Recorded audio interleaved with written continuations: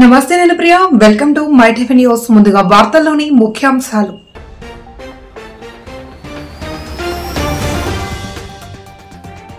Chanchalguda jail నుండి విడుదలైన అల్లు అర్జున్ మొదట గీతా ఆర్ట్స్ ఆఫీస్ కు వెళ్లి అక్కడి నుండి ఇంటికి చేరుకున్న బన్నీని చూసి భావోద్వేగానికి గురైన ఫ్యామిలీ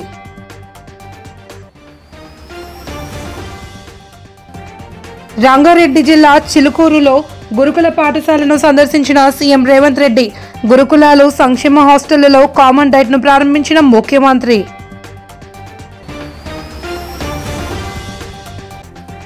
విశాఖలో సినీ నటి శ్రీలీల సందడి దాబా గార్డెన్స్ లో ద చెన్నై షాపింగ్ మాల్ ప్రారంభం సంధ్య థియేటర్ వద్ద జరిగిన తొక్కిసలాట కేసులో అరెస్ట్ అయిన టాలీవుడ్ నటుడు అల్లు అర్జున్ శనివారం ఉదయం చంచల్గూడ జైలు నుండి విడుదలయ్యారు. ఈ కేసులో శుక్రవారం మధ్యాహ్నం అరెస్ట్ అయిన ఆయనకు నాంపల్లి కోర్టు 14 రోజుల రిమాండ్ విధించడంతో చంచల్గూడ జైలుకు తరలించారు. ఆ తర్వాత కాసేపటికే 50,000 పూచీకత్తుతో హైకోర్టు 4 వారాల మధ్యంతర బెయిల్ మంజూరు చేసింది. అయితే కోర్టు ఆర్డర్ కాపీ జైలుకు చేరడం ఆలస్యం కావడంతో అల్లు అర్జున్ రాత్రంతా జైల్లోనే ఉండాల్సి వచ్చింది. ఆర్డర్ కాపీలు రాగానే అప్పటికే ఆయన న్యాయవాదులు సిద్ధం చేసి ఉంచిన షూరిటీ బాండ్లను సమర్పించారు. I'm doing well. Thank you very much. And I also like to tell that I'm a law-abiding citizen. I respect the law, and I will cooperate with them, and I'll do the needful. And very importantly, I would like to give my condolences once again to the family. It is very unfortunate that we went to watch a film and there was an accident. That is totally unintentional. We went to watch a movie and due to an unfortunate accident there's been a loss of a person, and we're always very sorry for whatever's genuinely happened, and it's purely out of my personal control, and I've been doing that for the last 20 years. Last 20 years I've been going to watch my films, and I've been to that place not just only for my film, for my uncle's films. I've been there more than 30 times in my life. Never something like this has ever happened. It is purely accidental, purely unfortunate, and I will be there for the family to support them in whatever way I can. We can never cover the loss of the death of a person, but in whatever possible way I will be there for the family to support them. And once again, I like to thank each and every one of you from all over. बहुत शुक्रिया सबके लिए. అందరికీ ప్రతి ఒక్కరికి చూసే ప్రతి ఒక్కరికి ధన్యవాదాలు తెలియజేసుకుంటున్నాను. Thank you. ప్రైవేట్ స్కూల్స్ వచ్చాక కొంతవరకు గురుకులాల ప్రభావం తగ్గింది అని, కాబట్టి ప్రక్షాళన కోసం ప్రభుత్వం సిద్ధంగా ఉంది అని తెలంగాణ ముఖ్యమంత్రి రేవంత్ రెడ్డి అన్నారు. మాజీ డీజీపీ మహేందర్ రెడ్డి, టీజీడీఎస్పీ చైర్మన్ బుర్రా వెంకటేశం ఒకప్పటి గురుకుల విద్యార్థులేనని తెలిపారు. గురుకులాల్లో చదివిన వారు ఎంతో మంది ఉన్నత స్థానాల్లో ఉన్నారని, గురుకులాలు అంటే బహుముఖ ప్రతిభకు కేంద్రాలు అనే గుర్తింపు తీసుకురావాలన్నారు.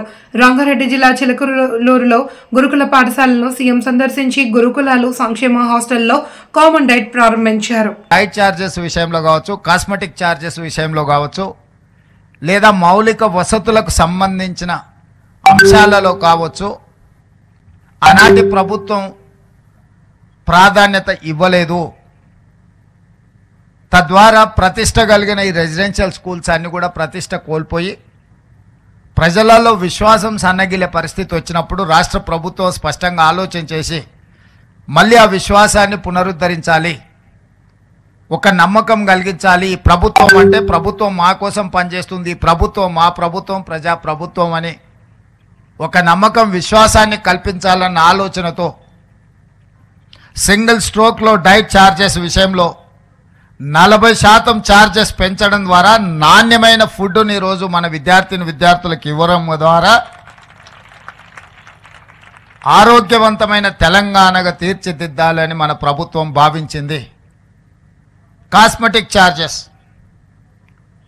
తండాలలో, గూడాలలో, మారుమూల పల్లెల నుంచి వచ్చిన పేద విద్యార్థులు కాస్మెటిక్ ఛార్జెస్ తల్లిదండ్రులను అడగలేక బాగా ఇబ్బంది పడుతున్న సందర్భంలో ఒకసారి కాస్మెటిక్ ఛార్జెస్ గురించి మొత్తం నివేదిక తెప్పించుకుంటే 16 సంవత్సరాల క్రితం దాదాపుగా 2008-9లో కాస్మెటిక్ ఛార్జెస్ పెంచితే 16 సంవత్సరాల నుంచి ఒక్క రూపాయి కూడా పెంచలేదు.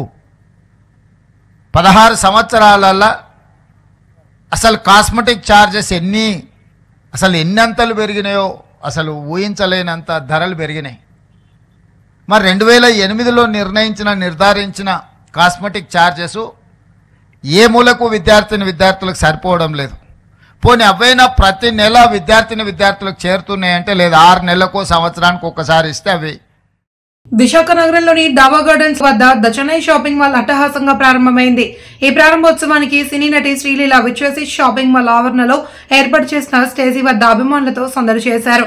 శ్రీలీలను చూసేందుకు నగర ప్రజలు, సినీ అభిమానులు షాపింగ్ మాల్ వద్దకు పెద్ద ఎత్తున తరలి వచ్చారు.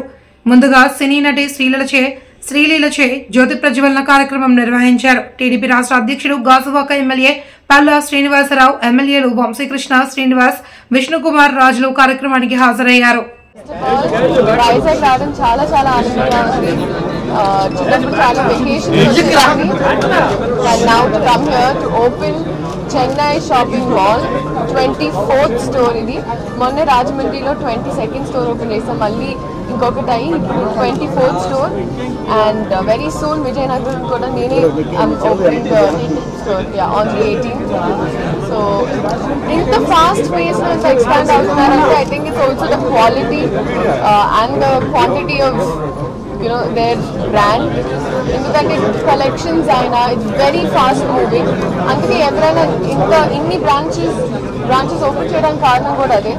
సో ఐ థింక్ అలాగా గో టు 100 ఆల్సో. అండ్ మనస్ఫూర్తిగా కోరుకుంటూ at the same time also have gold. So gold అయినా with the right prices, right offers. So this is the right time అండి. ఎందుకంటే మనకి క్రిస్మస్, న్యూ ఇయర్స్, మళ్ళీ సంక్రాంతి వరుసగా పండుగలు ఉంటాయి. సో ఇప్పుడే షాపింగ్ చేసుకొని స్టాక్ చేసేసుకుంటే it's very ideal. So Vizag Chennai shopping mall is here. మీరందరూ రావాలి, వచ్చి షాపింగ్ చేయాలని. అండ్ ఐ రియలీ లైక్ ఇప్పుడు కొన్ని చూస్తుంటారు, the collections are very very pretty. And ఈ కలర్స్ ఆల్సో నాకు చాలా బాగా నచ్చింది. నేను ఐ డిసైడెడ్ టు వేర్ ఈ కలర్ ఎందుకంటే నాకు వైజాగ్ అన్నవన్నీ ఫస్ట్ గుర్తొచ్చేది బీచ్. సో ఆ బీచ్ వైబ్లో బట్ అందరు రండి, come visit the store and come shopping. Thank you. మీ సినిమాల గురించి చెప్పండి. నా ఫస్ట్ హిందీ ప్రాజెక్ట్ స్టార్ట్ అయింది. స్కెడ్యూల్ కంప్లీట్ చేశాము. అండ్ మిగతా అనౌన్స్మెంట్స్ ఆన్ ద గో ఇస్తుంది. అక్కడ సెటిల్ అవ్వలేదు, తీసుకుంటే సెటిల్ అయ్యేదండి. తెలుగు ఇండస్ట్రీకి దూరం, మన ఇల్లే కదండి, మనం ఎక్కడికి వెళ్ళినా. మేడం ఇప్పుడు ఎవరి నోట విన్నా దెబ్బలు పడతాయి అంటున్నారు, మీ స్పందన ఏంటండి? డబ్బులు పడతాయి. పుష్ప గురించి ఏం చెప్పండి? No, it's fantastic. I think collections wise aina, movie wise aina, it's phenomenal. And the తెలిసిందే. I think the public is taking it over. North, South, the bifurcations are globally చాలా పెద్దగా is making.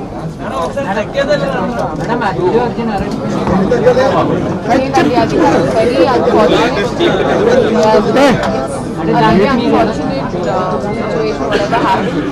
And on Prakaranga, I'm very glad that at least now he's back outside. It's been under chala tension but what is happening. But I think he always does the right thing. So law and the respect chesa kabatti rules anni follow and did everything as a citizen. The better start.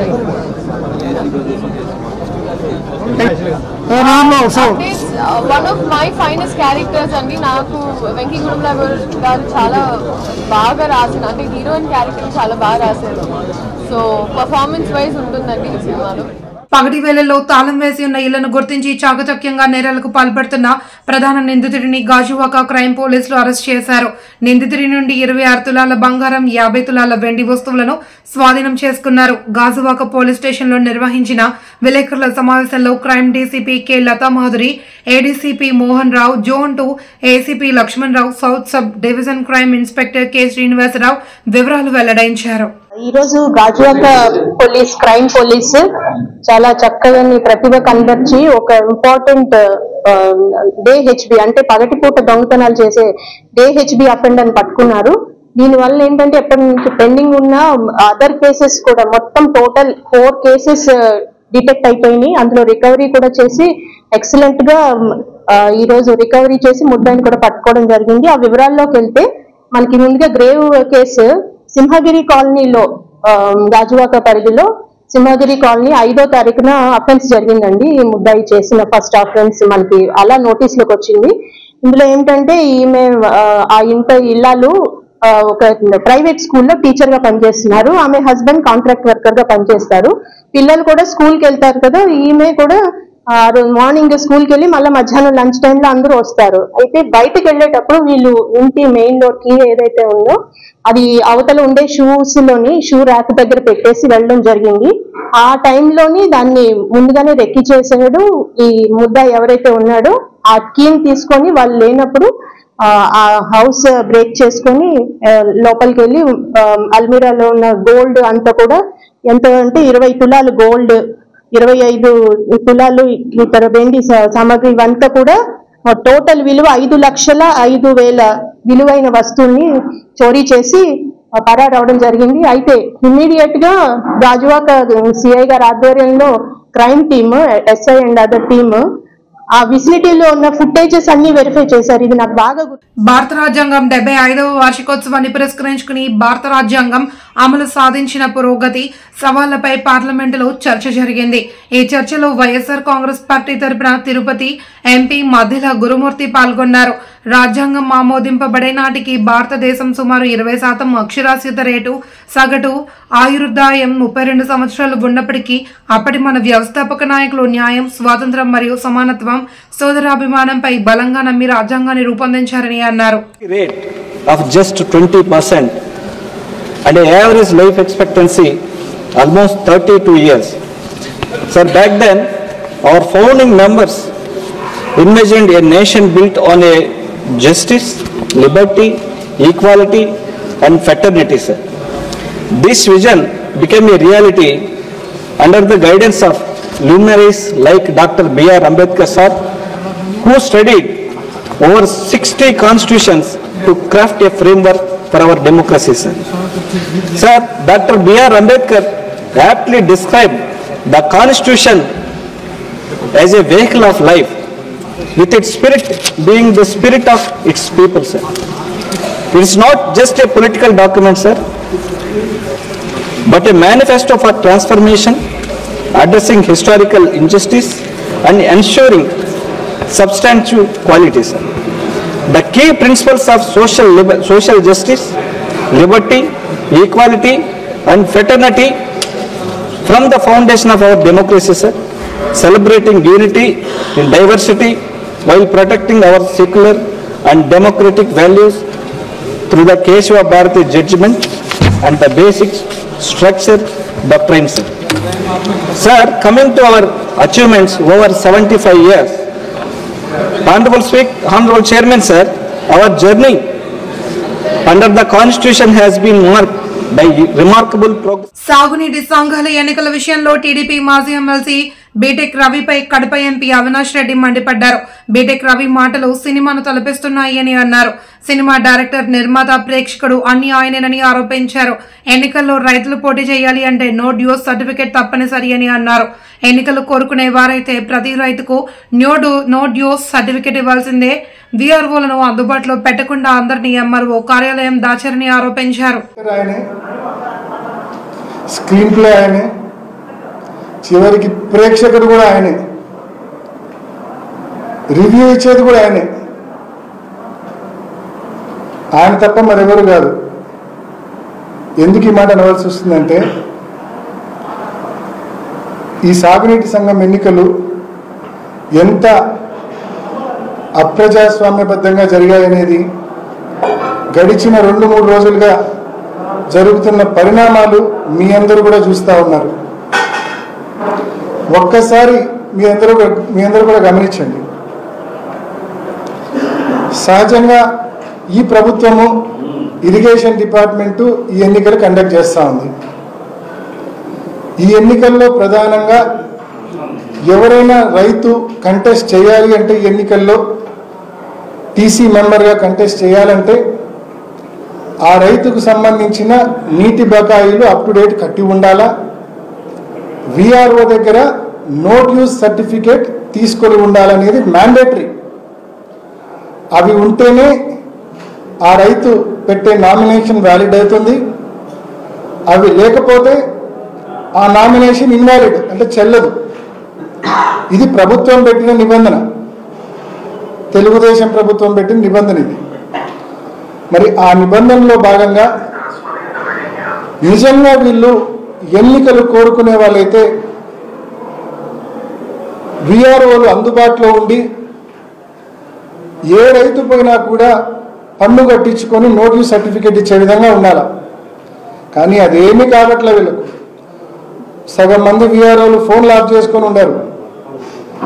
ఒక్క మాటలో చెప్పాలంటే మొత్తం విఆర్ఓలందరినీ మండల అభివృద్ధి సంక్షేమ కార్యక్రమాలు నిరంతరం కొనసాగిస్తాను అని పెందుర్తి శాసనసభ్యుడు పంచకర్త రమేష్ బాబు ప్రజలకు తెలియజేశారు. జీవీఎంసీ పరిధి పెందుర్తి సమీపం 97వ వార్డులో వార్డు కార్పొరేటర్ సేనాపతి వసంత శంకర్రావు ఆధ్వర్యంలో పలు అభివృద్ధి కార్యక్రమాలకు శంకుస్థాపన చేశారు. ఈ సందర్భంగా ఆయన మాట్లాడుతూ పెందుర్తి నియోజకవర్గంలో ప్రజలకు అన్ని వసతులు కల్పించడానికి తన వంతు కృషి చేస్తానన్నారు. తాను నిరంతరం ప్రజా అవసరాలు గుర్తించి వాటిని దశల వారీగా అభివృద్ధి చేసేందుకు నిధులు కేటాయిస్తున్నారని వివరించారు.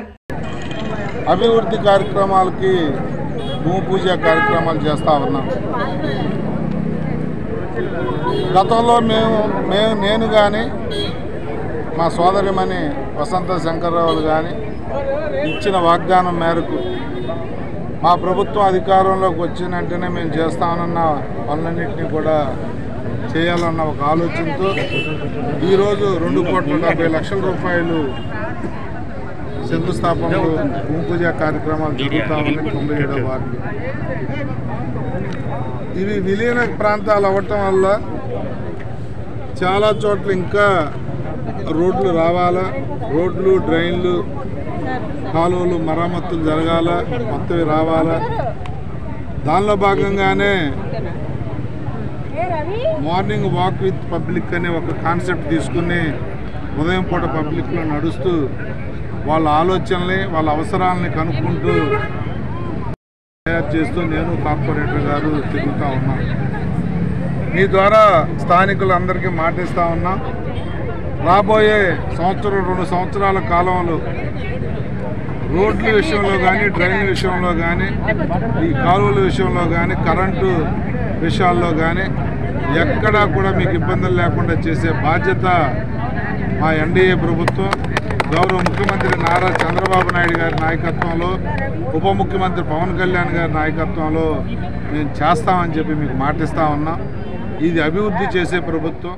చిత్తూరు జిల్లా కుప్పం మండలం కృష్ణదాసనపల్లి పంచాయతీ అంగాలపురం గ్రామంలో వెలిసిన స్వయంభూ శ్రీ ప్రసన్నాందాల పరమేశ్వరి సమిత అరుణాచలేశ్వర స్వామి దేవాలయం ఆధ్వర్యంలో ఆలయ ఆవరణలోని కొండపైన కార్తీక దీప ప్రజ్వలన కార్యక్రమం ఘనంగా నిర్వహించినట్లు ఆలయ ప్రధాన అర్చకురాలు రాణియమ్మ శివాడియార్ తెలిపారు. కార్తీక దీప ప్రజ్వలన కార్యక్రమానికి సంబంధించి దీపం దివటిని ప్రత్యేకంగా ఏర్పాటు చేసి కుప్పం పట్టణం పురవీధుల్లో ఊరేగించడం జరిగింది అని భక్తులు దీప ప్రజ్వలన దివటి వెలిగించడానికి కావలసిన నెయ్యిని మరియు గాడగుడ్లను ఏర్పాటు చేశారు.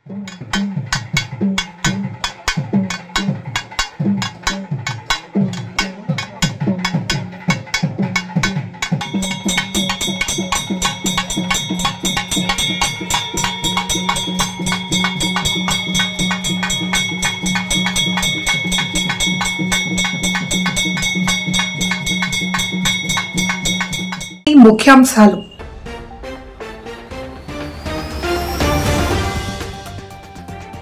చంద్రగూడ జైలు నుండి విడుదలైన అల్లు అర్జున్ మొదట గీతా ఆర్ట్స్ ఆఫీస్ కు వెళ్లి అక్కడి నుండి ఇంటికి చేరుకున్న బన్నీని చూసి భావోద్వేగానికి గురైన ఫ్యామిలీ.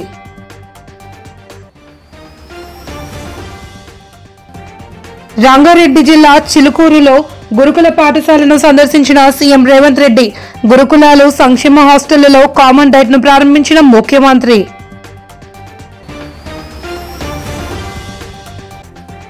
విశాఖలో సినీ నటి శ్రీలీల సందడి. డాబా గార్డెన్స్ లో ద చెన్నై షాపింగ్ మాల్ ప్రారంభం. ఈ వార్తలు ఇంతటితో సమాప్తం. మళ్ళీ మరొక బులెటిన్ లో కలుద్దాం. చూస్తూనే ఉండండి మై టీవీ న్యూస్.